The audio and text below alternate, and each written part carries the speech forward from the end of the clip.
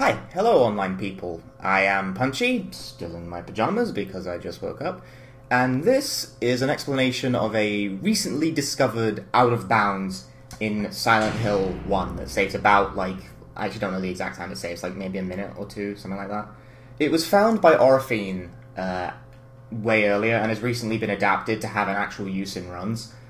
So, the way this out of bounds works is that you have to do it in the Otherworld antique shop. It has to be from this position. You can do it in a lot of positions, but this is the only one where it's useful. So far. So far. The principle is universal. You'll see.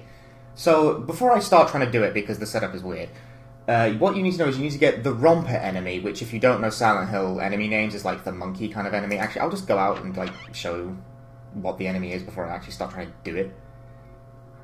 Because you need to demonstrate the behavior as well. This enemy, you need to get them to knock you over into a loading zone in such a fashion that, the game he doesn't land exactly on top of you, and the game tries to, correct the misalignment by sliding you across the floor. Kind of like that, actually. But, more into a loading zone. If that happens, then you enter a glitched state, and you start being able to click through walls. So the thing to note with this is that rompers are really sensitive to light. If they can't see a light, which, if I have my back turned here, they won't be able to see it, they might not attack because they're effectively blind. Like that, you see. He just ran away because he couldn't see me. He can't see the light.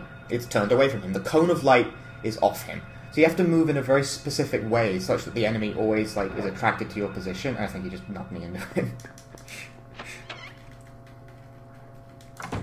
So, also, this trick's kind of random because rompers do not have consistent, starting facing positions, and that can affect the nature of it. So this is, kind of a pain in the ass, and will probably take me a few tries to get to demonstrate, so, bear with me. There's also the RNG where the enemy just doesn't notice you at all. That also happens. Rompers are good. Okay, so he's noticed me. I walk towards the loading zone. He leaps on me, and I didn't quite get the slide. See, that's generally how it goes, is that you don't quite get it. It's not easy or consistent at all, really. Oh, I got the RNG again where he doesn't notice you. This is fantastic. This is really hard to do a video on, because, again, it's not consistent at all.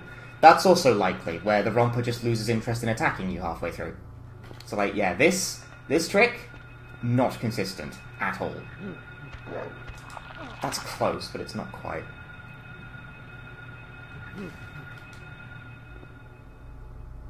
It's you want to vaguely move to this position. This is not a tutorial, for the record.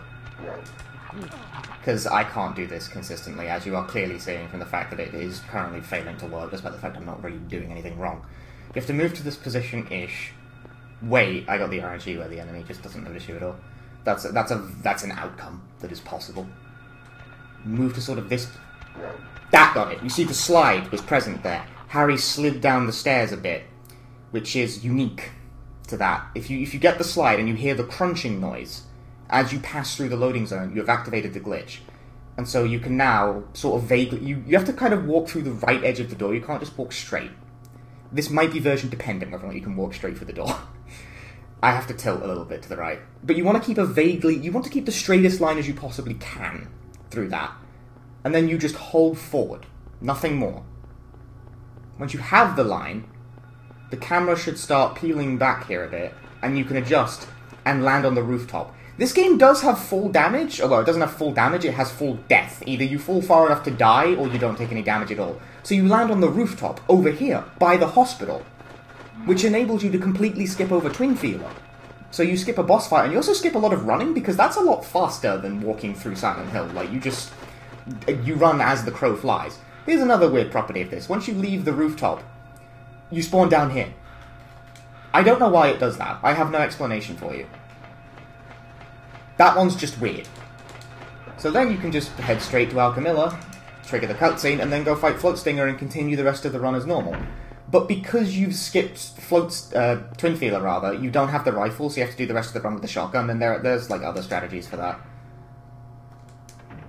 So, yeah, that's the new Silent Hill out of bounds. I'm sorry that took me 5 tries to get, because it's incredibly bullshit. Thanks for watching this brief explanation video. We're looking into this, as we speak.